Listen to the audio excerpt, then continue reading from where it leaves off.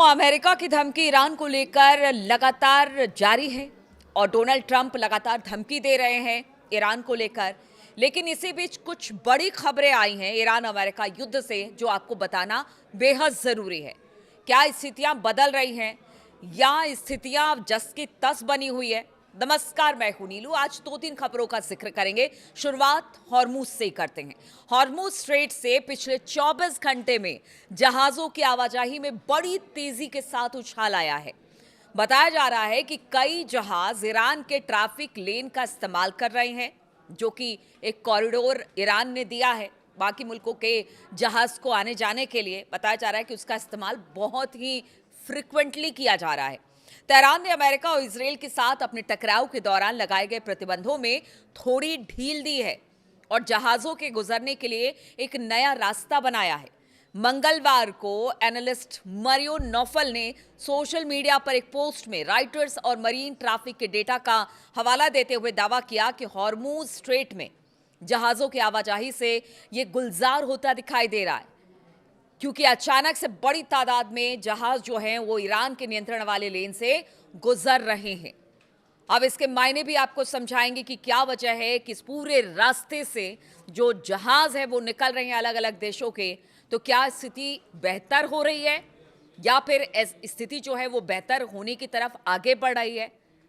तो जहाजों का गुजरना उस वक्त शुरू हुआ है जब ईरान की रिवोल्यूशनरी गार्ड यानी IRGC नेवी ने बुधवार को बताया कि पिछले 24 घंटे में तेल टैंकरों और कंटेनर जहाजों सहित करीब करीब 26 कमर्शियल जहाजों को इस जलमार्ग से गुजरने की अनुमति दे दी गई है। IRGC नेवी ने एक्स पर एक पोस्ट में कहा, पिछले 24 घंटों में 26 जहाज, जिनमें तेल टैंकर, कंटेनर जहाज और भी कमर्शियल जहाज शामिल हैं, वो हॉर्मुज स्ट्रेट से होकर गुजरे हैं। IRGC नेवी ने आगे ये भी कहा कि जो कि पूरा रास्ता है, IRGC नेवी की तरफ से उसे सुरक्षा प्रदान की जा रही है, उनसे कोऑर्डिनेशन किया जा रहा है, सुरक्षा के इंतजाम इन जहाजों के लिए किए जा रहे हैं। आपको बता दें कि 28 फरवरी को अमेरिका और इजराइल के साथ युद्ध शुरू होने के बाद से ईरान ने जो स्ट्रेट ऑफ हॉर्मुज है वहां पर जहाजों की आवाजाही पर बहुत ज्यादा पाबंदियां लगा दी थी। तेहरान ने जोर देकर कहा था कि इस जलमार्ग से गुजरने वाले जहाजों को हमसे बिना पूछे नहीं निकलने की अनुमति नहीं मिलेगी।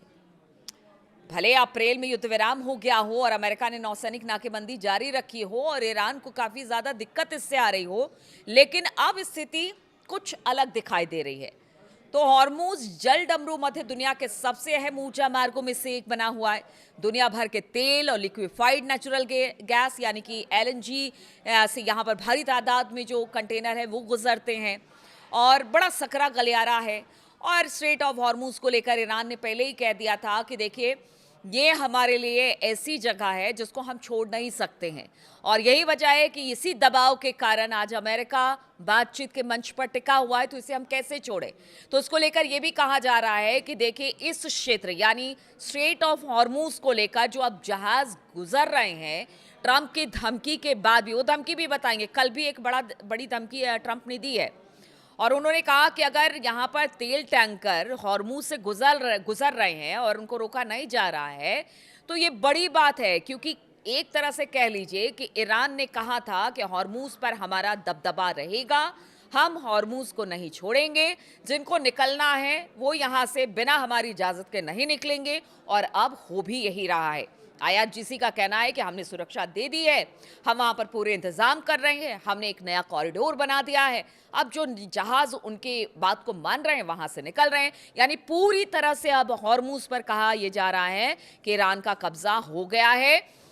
अमेरिका कुछ भी कर ले, कुछ भी कह ले, लेकिन ईरान ने तो बता दिया है कि फारस की खाड़ी और जल डमरू मध्य यानी स्ट्रेट ऑफ हॉर्मुज पर हमारा अधिकार है, और इस बात की घोषणा पहले भी की है। और अब जिस तरह से जहाजों की आवाजाही वहां पर बढ़ गई है, उससे अब एक तरह से कह लीजिए कि ट्रंप को भी धक्का जरूर लगेगा। देखिए, आपको बता दें कि दुनिया के सबसे व्यस्त समुद्री मार्गों में से एक है, जहां पर पूरी तरह से नियंत्रण मजबूत करने के लिए तेहरान लगातार संकेत देता रहा है, और वो संकेत अब मिल भी रहा है जिस तरह से वहां से जहाजों की आवाजाही हो रही है। अब इसी बीच कल ट्रंप का बयान आपने सुना। देखिए, अब ट्रंप बयान इतने कड़े कड़े दे रहे हैं, यहां तक कि कह रहे हैं कि इस हफ्ते के मतलब जैसा नया हफ्ता शुरू होगा इस हफ्ते के बाद, हो सकता है अगर बातचीत नहीं बनी तो हम हमला कर देंगे। एग्जैक्ट बयान ट्रंप का क्या था जो कल उन्होंने दिया?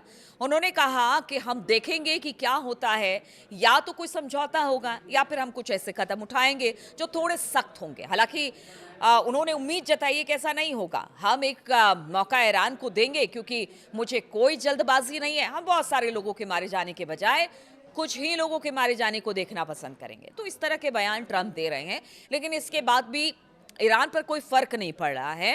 वो स्ट्रेट ऑफ हॉर्मूज पर अब पूरा कब्जा और पूरा प्रेशर बना कर रखा है और पूरा दबदबा अब वहां पर देखने को मिल रहा है ईरान में। ऐसे में ट्रंप की धमकी को क्या कहा जाए? क्या यहां से ट्रंप पीछे हटेंगे या फिर उनको लगता है कि मतलब ईरान उनके दबाव में आ जाएगा? अब तक तो इतने दिनों में तो हम लोगों ने नहीं देखा, किसी ने नहीं देखा, एक्सपर्ट भी मानते किसी तरह के कोई दबाव में ईरान नहीं है। हाँ, वो अपनी शर्तों के साथ बात जरूर करना चाहता है, लेकिन उनके मंत्रियों की तरफ से, उनके बड़े नेताओं की तरफ से कह दिया है दबाव का मतलब ये नहीं है कि हम जंग हार चुके हैं। दबाव का मतलब है हम बातचीत कर रहे हैं, बातचीत से रास्ता निकलता है तो ठीक है, नहीं निकलता है तो फिर हम लड़ाई के लिए तैयार हैं। और उन्होंने कहा कि देखिए अगर बातचीत, उन्होंने जोर देकर कहा ट्रंप ने कि किसी भी समझौते में ईरान को परमाणु हथियार रखने की इजाजत नहीं दी जाएगी। तेहरान की सरकार अगर परमाणु कार्यक्रम पर समझौता नहीं करती है और न्यूक्लियर वेपन बनाने के लिए आगे बढ़ती है तो फिर चीजें बिगड़ेंगी। इससे हमें ईरान पर एक बहुत जोरदार हमला करना पड़ेगा। इसके डेडलाइन उन्होंने शनिवार, रविवार या अगले सोमवार को दे दी है अगर बात नहीं बनती है। और इसके जवाब में ईरान ने भी कह दिया है, जो आईआरजीसी है उनकी तरफ से कहा गया है कि अगर उनकी जमीन पर अटैक होता है तो फिर उसकी पूरी ताकत से जवाब दिया जाएगा, जो बार बार वो कहती रही है। आईआरजीसी ने कहा कि अमेरिकी हमले से एक ऐसा युद्ध शुरू होगा जिसे सीमित करना मुश्किल होगा। ये लड़ाई क्षेत्र की सीमाओं को पार करके और आगे तक फैल जाएगी। तो आप देखिए कि किस तरह से अब ईरान भी कह रहा है कि अब तक तो जहां जहां हमले हमने किए मिडिल ईस्ट में, उन सब देशों को निशाना बनाया गया, लेकिन अगर अमेरिका ने एक बार फिर से ईरान पर हमला किया तो अब जंग का दायरा बढ़ेगा। उन जगहों को भी टारगेट किया जाएगा जहां पर पिछले युद्ध के दौरान हमला नहीं किया गया। ऐसे ऐसे वेपन का इस्तेमाल किया जाएगा जिसके बारे में दुनिया ने कभी सोचा भी नहीं होगा। तो दोनों अपनी तरफ से ताकत दिखाने का प्रयास कर रहे हैं। इसी बीच कहा यह भी जा रहा है, खबर यह भी आ रही है, ध्यान दीजिएगा इस पर, कि नेतन्याहू और ट्रंप की बातचीत हुई है। नेतन्याहू की बातों से ट्रंप बेहद गुस्से में आ गए और उन्होंने कहा कि मैं सीज फायर करना चाहता हूं, लेकिन शायद नेतन्याहू नहीं चाहते कि युद्ध बंद हो। ये पहले भी हो चुका है और इस तरह की खबर आ रही है कि इसको लेकर दोनों में तल्खी है। क्योंकि देखिए रूस जा रहा है चीन से मिलने, ट्रंप भी गए थे चीन से मिलने। रुख बहुत चीज़ें का मतलब एक तरह से चीन और रूस ने स्पष्ट कर दिया कि देखिए दादागिरी नहीं चलेगी। ऐसे में अपने ही घर में घिरे हुए हैं, अपने संसद में सवाल पूछे जा रहे हैं, सवालों का जवाब ट्रंप और उनकी सेना के प्रमुख नहीं दे पा रहे हैं। तो ऐसे में आखिर ट्रंप क्या करेंगे? इसीलिए नेतन्याहू से कहा जा रहा है कि भाई अब सीज फायर का समय आ गया है, लेकिन नेतन्याहू नहीं चाहते हैं। तो क्या अब भी नेतन्याहू के दबाव में ट्रंप रहेंगे? क्योंकि हॉर्मूज पर तो दबदबा ईरान का है, जहाजें गुजर रही हैं, उनके मुताबिक जहाज़ों का आना जाना हो रहा है। ट्रंप कुछ नहीं कर पा रहे, नाकेबंदी करके उन्होंने देख लिया है। बातचीत भी मतलब धमकी भी दे दी है, बातचीत का रुख अभी भी अख्तियार किए हुए हैं ट्रंप, और बार बार कह रहे हैं कि हम हमला नहीं करेंगे क्योंकि मिडिल ईस्ट ने कि कई देश कह रहे हैं कि हमला मत करो, हम बातचीत करना चाहते हैं, सकारात्मक है बातचीत। जेडी वेंस की तरफ से भी हमने सुना, लेकिन पीट हेगसेथ की बात की जाए वो इसमें ज़रूर पलीता लगाते दिखाई दे रहे हैं। उनका कहना है कि मतलब गन लोड हो चुकी है और बस दागना बाकी है। तो आप सोचिए कि ट्रंप और खुद ट्रंप के जो अधिकारी हैं या जो उनके नेता हैं वो अलग अलग तरीके का बयान दे तो ट्रंप और उनके अधिकारी अलग अलग तरीके का बयान दे रहे हैं, प्रोवोक करने की ईरान को कोशिश कर रहे हैं, लेकिन ईरान बड़े संयम के साथ जो काम उसे करना है वो कर रहा है। और उसने कह दिया है कि देखिए हमला कोई विकल्प नहीं है। चीन ने भी कह दिया, रूस ने भी कह दिया। अब तीन लोग एक तरफ हैं, इधर अमेरिका एक तरफ है, ट्रंप एक तरफ है, उनकी पूरी कहते हैं ना फौज है और उनके नेता हैं, लेकिन उनकी संसद में उनका विरोध हो रहा है। तो अब देखना होगा कि आगे स्थिति क्या बनती है। जो शनिवार, रविवार या सोमवार तक का डेडलाइन दिया है उसके बाद फिर कोई नया बयान सुन लेंगे ट्रंप का, या फिर लगता है कि अगर बात नहीं ईरान मानता है तो फिर हमला अमेरिका की तरफ से होगा। चलिए इन तमाम खबरों पर हमारी नजर बनी रहेगी। फिलहाल बहुत बहुत शुक्रिया मेरे साथ जुड़ने के लिए।